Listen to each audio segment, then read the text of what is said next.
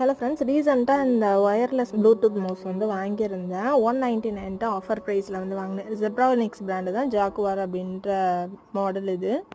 Already use பண்ணிட்டு இருந்த wire mouse வந்து பிஞ்சிருச்சு. அதனால சரி இந்த டைம் வந்து ப்ளூடூத் மவுஸில் போயிடலாம் அப்படின்னு சொல்லிட்டு தான் இது வாங்கியிருந்தேன். சூப்பராக இருக்குது டச் பண்ணுறதுக்கு எல்லாமே. லைட் வந்து இது ஆன் ஆஃப் வந்து இருந்தது. பேட்ரி வந்து நம்ம இன்சர்ட் பண்ணிக்கிற மாதிரி இருந்தது. இந்த சைட்டில் உள்ள அந்த பட்டனை ப்ரெஸ் பண்ணிங்க அப்படின்னா பேட்ரி வந்து போடலாம்.